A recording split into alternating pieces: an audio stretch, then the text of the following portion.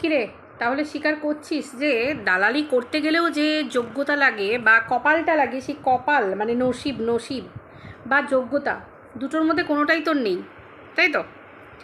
মানে কিমা মাসির বরাবর ভিউজ, তারপর কিমা মাসির ওই যে পাওয়ার, মানে ভগবান যে ইন্টালেকচুয়াল পাওয়ারটা দিয়েছে, যে মানে অনেকের এই জিনিসটা হয় না, যেমন মানে কথার জালে, মিষ্টি মিষ্টি কথার বুলিতে, মিষ্টি মিষ্টি কথার জালে ওই পাতানো দিদি হয়ে যায়, পাতানো পিপি হয়ে যায়, হয়ে গিয়ে ছুঁচ হয়ে ঢুকে ফাল হয়ে বেরিয়ে আসে, মানে যেটা বাচ্চার বাবার হাল করেছে আর কি, বাচ্চার বাবার পরিবারের হাল করেছে।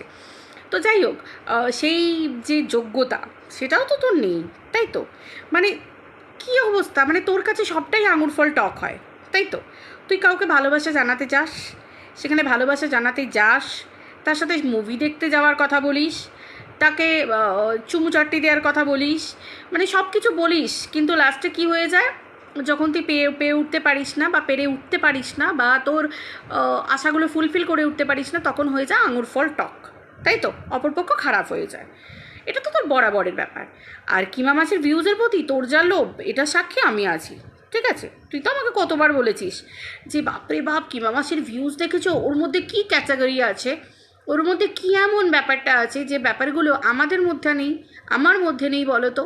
মানে কী লেভেলের বলো তো, না কথা বলতে জানে, না বাকভঙ্গি আছে, মানে যেটাকে অঙ্গভঙ্গি, বাকভঙ্গি বা বিদ্যে শিক্ষে, মানে বিদ্যা শিক্ষা এডুকেশন, যে ব্যাপারটা যেটা থাকে, কোনো কিছুই তোর মধ্যে নেই। বাট তারপরে ওর ভিউজ দেখেছো? অবভিয়াসলি তার যোগ্যতা আছে, ফুসলানোর যোগ্যতা আছে। ফুসলানোর যোগ্যতা তোর মনে হচ্ছে নেই না? মানে ফুসলানোর চেষ্টা করতে যাস, কিন্তু ফুসলিয়ে কাজটা পারফেক্ট করে উঠতে পারিস না, এটা তোর কপাল। আসলে বুঝতে পারছিস তো? সবার একটা নসিব থাকে, সবার একটা কপাল থাকে, যে কপালটা কিন্তু তোর নেই। বুঝতে পারছিস? এইখানেই কিন্তু অন্যদের থেকে তোর মধ্যে ফারাক, ঠিক আছে? তো এবার আসি পরের কথায়, সেটা হচ্ছে যে এই তো ভিউজের লোভ হ্যানা তানা এগুলো তো ছেড়ে দাও। তুই যে পরিমাণ দালালি করিস, তুই দালালির জন্য দেখ, তুইও তো ঢুকতে গেছিলিস, তুইও তো দালালি করতে গেছিলিস, কিন্তু কি হলো? মানে তোর কপাল এতটাই খারাপ, এবং তুই যে ঘরে যাস এবং তুই যেখানেই দালালি করতে ঢুকিস, সেখানে তোর ওই যে বললাম নসিব, সবই হচ্ছে এই চার আঙুলের কপাল। তোর তো তোর মানে তোর নিজের বলা ভাষাতে তো যেখানে ঢুকেছিলিস দালালি করবার জন্য, দেখ তাদের কপালকেও তুই পুড়িয়ে দিলি। আর রাতারাতি তাদেরকে ডিসিশন নিতে হলো যে তোকে ক্যামেরার মধ্যে দেখানো যাবে না, কিন্তু কিমা মাসি দেখেছিলিস, গেড়ে বসেছিল, বেশ মোটা টাকা রোজগার করে নিয়ে এখন দেখ বসে বসে খাচ্ছে। এখন একটা করে ভিডিও দিল, দুটো করে ভিডিও দিল, ডাজন্ট ম্যাটার, অত কিছু ম্যাটার করে না। কিন্তু তুই কি করতে পেরেছিস? দেখ, তুই তো কিছু করতে পারলি না। তুই চেষ্টা করিস অনেক কিছু, কিমা মাসিকে কপি করতে যাস, দালালি করার জন্য তুই ঢুকিস পরিবারে, কিন্তু কি বলতো, ওই যে বললাম কিমা মাসির যে নসিবটা আছে, সেই নসিবটা তো তোর নেই।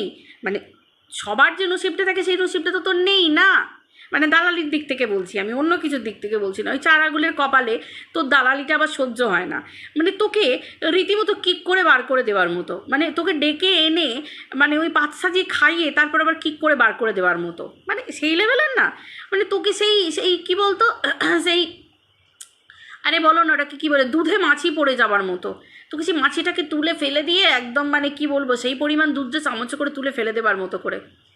দেখলি তো, যে পরিবারে দালালি করতে ঢুকেছিলিস তারা তাদের নিজেদের স্বার্থের জন্য, ভাই নিজেদের স্বার্থ তো পাবলিক আগে বুঝবে, তাই না? কিন্তু কিমা মাসিকে দেখেছিস, কিমা মাসি কিন্তু নিজের আখেরটা গুছিয়ে নিয়েছে, নিজের স্বার্থটা গুছিয়ে নিয়েছে। কিমা মাসি ঠিক ফুসলিয়ে নিজের কথা মতো একদম সেই জায়গায় বসে গিয়ে গলে গিয়ে, দেখেছিস কত ভালোবাসা পেয়েছে এককালীন, কত কি পেয়েছে, আর তুই সেইটুকুও পারিসনি, তোর সেইটুকু যোগ্যতাও নেই, ঠিক আছে? কিমা মাসির যে লেভেলের যোগ্যতা আছে ফুসলানোর, তোর তো সেই ফুসলানোর যোগ্যতাও নেই, তোর তো কিছুরই যোগ্যতা নেই, তাই না? তাতেও তুই নিজের এত বড়াই করিস। আমি সত্যি ভাবি, বিশ্বাস কর, যে তোকে কে বলে, লোকের পিন্ডি চটকে গুরুজনদেরকে ওই ওই জায়গায় পাঠিয়ে লোকের বাচ্চার বাবার ওই চরিত্র জিজ্ঞাসা করে, বাচ্চার মায়ের কার সাথে মানে সন্তান হয়েছে, তার বাবাকে মাকে এই সমস্ত কিছু জিজ্ঞাসা করে, মানে তোর মতো মহিলাকে কে মানে মাথায় তুলে মণি মানে মুকুট করে রাখে, মণি করে রাখে, বিশ্বাস কর আমি অন্তত জানি না। তোর ক্যাটাগরিরই পড়বে যারা যারা তোকে মানে ওই মাথায় মণি করে রাখে, বুঝতে পেরেছিস তো? তোর মতনই একদম সেম লেভেলে চিন্তা ভাবনা। দেখিস না কমেন্ট করে যে তোমার কপাল আর আমাদের কপাল সেম রকম, তোমার চিন্তা ভাবনা আমাদের চিন্তা ভাবনা, সবই তো স্বাভাবিক ব্যাপার এগুলো।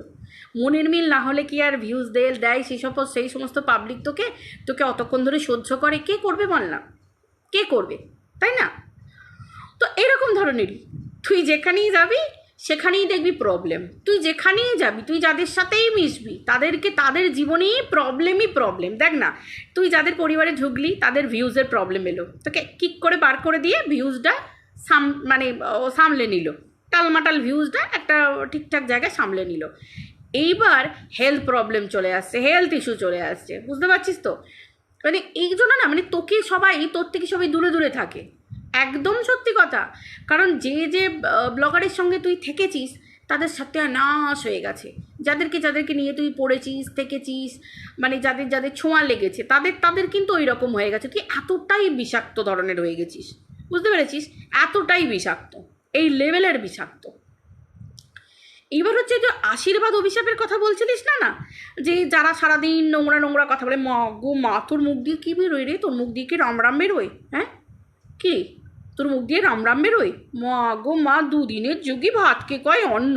চুপ, বকিস না তো। সুপ্রিম লেভেলের মালা পরে বসে আছে, তার আবার মুখ দিয়ে বড় কথা। ঢং দেখতে পারলে বাঁচা যায় না। বাটি হাতে ডিজিটালি ভিক্ষে করে এই তো এই সমস্ত টিন ভাঙা লোহা ভাঙা করছিস, তার আবার মুখে বড় বাচ্চা তোরই বড় ফুটানি। ঢং করিস না তো। ঢং দেখতে পারলে বাঁচা যায় না, যত গরব যত ফুটানি। এই তো লোকের কাছ থেকে কী হবে, এই চিকিৎসা করাবো বলে বাটি হাতে ডিজিটালি ভিক্ষে করতে বসে পড়লি, দিয়ে কি করলি? ডিজিটালি কিছুই শরীরের না, বললি যে আমার বমি হয়, আমার পায়খানা হয়, এই হয়, আমার চাই না বলে দিয়ে তারপরে ঘর দৌড় করতে শুরু করে দিলি। তুই যে কী ঢঙি, তুই যে কী লেভেলের পারিস, তুই আর কাউকে বলিস না, ঢং করিস না তুই আর, ঠিক আছে?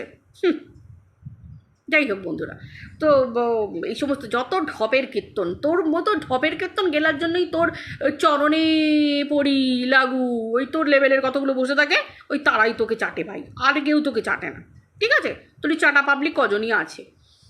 তো এবার যেটা এই শারীরিক দিক থেকে যেটা বলছিলিস যে ওই কী বলে আশীর্বাদ নাকি অভিশাপ নাকি কী সব, না, আশীর্বাদ অভিশাপ বলে শারীরিক দিক থেকে কোনো কিছু হয় না।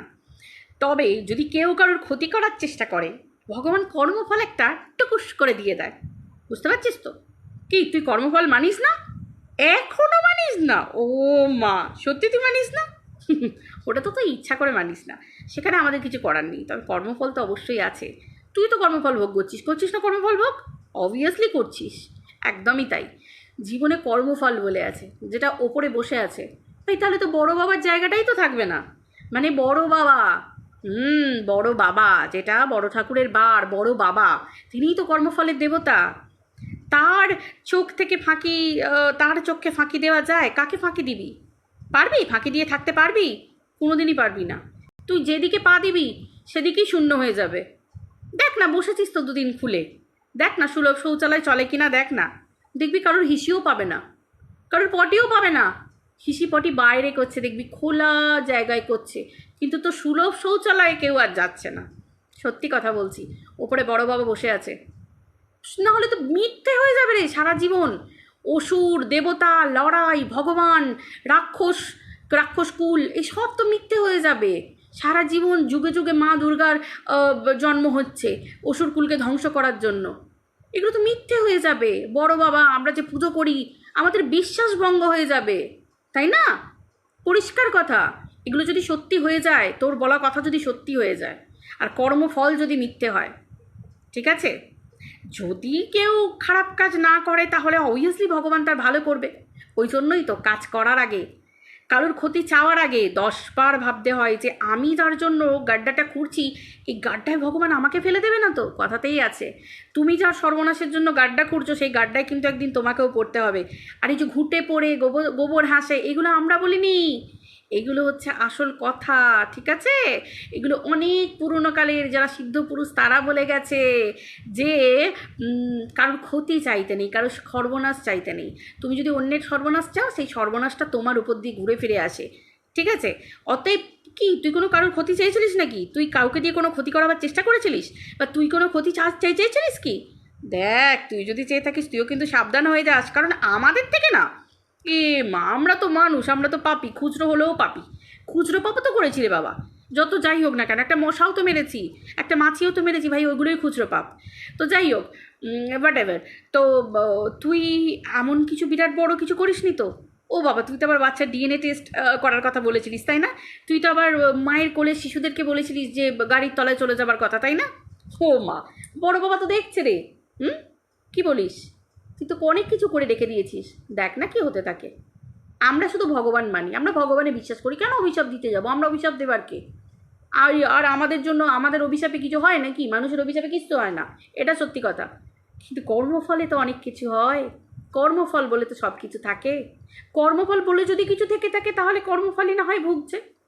আর শারীরিক শরীর থাকলে তো মানুষ অবশ্যই ভুগবে, অবশ্যই ভুগবে, কিন্তু যদি কোনো মানুষ ভালো হয়, কারোর ক্ষতি না করে, কেন রে ভাই? ভগবান কেন তাদেরকে মানে সেই বলে না যে সুখে থাকতে ভূতে কেলানোর কথা, সুখে থাকতে ভূতে কেন কিলোবে? কিলোবে না নিশ্চয়ই। তো যেখান থেকে রোজগার করবে, সেখান থেকে ঘুরবে ফিরবে, আনন্দ করবে, সুন্দর জীবন কাটাবে, সেই সমস্ত না কিছু করে কেন মানুষকে এই রকমভাবে টাকা পয়সা খরচ খরচা এত কিছু করতে হয়? এগুলো তো মানে মানুষের একটা কর্মফল বলেও থাকে, মানে আমি কর্মফলে বিশ্বাস করি। ওইসব কার অভিশাপে কী হয় জানি না, তবে হ্যাঁ এইটুকু মানি যে কারোর ক্ষতি করতে গেলে তার যদি একটা দীর্ঘ শ্বাস পড়ে, সেই শ্বাসটাও কিন্তু ভয়ঙ্কর কর্মফল হয়ে দাঁড়ায়, মানে কর্মফলটা ভয়ঙ্কর রূপ নিয়ে দাঁড়ায়। কারোর চোখের জল যদি পড়ে, কাউকে যদি মিথ্যেভাবে হটানোর চেষ্টা করা হয়, কাউকে মিথ্যে ব্লেম দেওয়া হয়, কাউকে মিথ্যেভাবে ফাঁসানো হয়, ঠকানো হয়, কষ্ট দেওয়া হয়, কাউকে যদি মানে দুমড়ে মুচড়ে ফেলার চিন্তা ভাবনা করা হয় এবং শেষ করে দেওয়ার চিন্তা ভাবনা করে ফেলা হয় মিথ্যেভাবে, বারবার বলছি মিথ্যেভাবে, তখন কিন্তু সেটা ঘুরে ফিরে উল্টো দিকে কিন্তু চলে যায়। আমি এইগুলো বিশ্বাস করি, কারণ ভগবান মানি তো, কারণ আমি তো একজন মানুষ, নিতান্ত একজন সাধারণ মানুষ, ওই জন্য কর্মফল মানি। তো বন্ধুরা, এটাই হচ্ছে মেন কথা, যে আশীর্বাদ অভিশাপ বলে কি হয় জানি না, কিন্তু আমি আশীর্বাদ অভিশাপ বলতে একটাই বুঝি, কর্মফল। আর আশীর্বাদ বলতে আমি ভগবানের আশীর্বাদ বুঝি, আর ভগবানের পর একজনই থাকে, সেটা হচ্ছে মা বাবার আশীর্বাদ। আদারওয়াইজ আর আমি কিচ্ছু জানি না, বাকি আমি বুঝি কর্ম। আমি কর্ম করব, ভগবান আমাকে আশীর্বাদ করবে। মানুষ কতটা আশীর্বাদ করবে জানি না, কারণ মানুষ তো বলে যে তুমি তাকে খাওয়াবে, পিছন ফিরেই তোমাকে গাল দেবে, তুমি কাউকে কিছু দেবে, পিছন ফিরেই তোমার নিয়ে সমালোচনা করবে। অতএব মানুষকে বিশ্বাস করি না। আমি বুঝি যে আমি যদি ভালো মনে কারোর কিছু করি, তো সেই কর্মফলটা যদি আমি ভালো মনে কর্মটা করি, তার ফলটা ভালোভাবে ভগবান আমাকে 100 গুণ ফিরিয়ে দেবে। আর আমি যদি কারোর খারাপ করার চেষ্টা করি, ভগবান তার শতগুণ কেন, হাজার হাজার কোটি মাইল গুণ আমাকে আমার জীবনে ফিরিয়ে দেবে খারাপভাবে। এইটুকু আমি বিশ্বাস করি। তো বাকিটা ভগবান বুঝবে, কে কিসে সাজা পাচ্ছে, কার কি হচ্ছে না হচ্ছে। আর বাকি আমরা মানুষ, তো মানুষ হয়ে জন্মগ্রহণ করলে শারীরিক রোগ, নারী, হ্যানা ত্যানা, এগুলো তো হয়েই থাকবে। স্বয়ং রামকৃষ্ণদেব সিদ্ধ পুরুষ ছিলেন, উনি ভগবানের অবতার। তিনি যদি তার শরীরে যদি রোগ হয়ে তিনি যদি দেহত্যাগ করেন, সেই জায়গায় তার যদি মানে কি বলবো, তার তিনি যদি দেহ রাখেন, তো সেই জায়গায় আমরা তো নিকৃষ্ট, ছেড়েই দাও, তাই না? কিন্তু ওই যে বললাম, কর্মফল আমি মানি। হতে পারে কর্মফল, যদি ভালো কাজ করে ভালো ফল পাবে, যদি খারাপ কাজ করে তাকে খারাপ ফল পাবে, তাই না? এগুলো তো প্রত্যেকটা মানুষের কথা। কিন্তু মানুষ হয়ে সবসময় ভালো চাইতে হয়। যাই হোক, ভালো হোক, সবার ভালো হোক, সুস্থ থাকুক মানুষ, নিরোগ থাকুক, ভালো হয়ে যাক। কেন না? সুস্থতা প্রত্যেকের কাম্য। লড়াই করতে গেলে সোজা পথে লড়তে হয়। আমাদের বাবা মারা তো এটাই শিখিয়েছে। নোংরা পথে, নীচ পথে, মানে কাউকে ঢাল তরোয়াল করে, বাচ্চা, বয়স্ক, মহিলা ঢাল তরোয়াল করে কোনো মানুষ খেলতে পারে? সেগুলো তো কাপুরুষতা, তাই না? এগুলো হচ্ছে কাপুরুষতা, এগুলো হচ্ছে নিকৃষ্ট মনের পরিচয়, সেগুলোও ভগবান দেখছে। ওই যে বললাম কর্ম। চলো বন্ধুরা, ভিডিওটা এই পর্যন্ত রাখছি, আবার দেখা হচ্ছে পরের ভিডিওতে। সবাই ভালো থেকো, টাটা।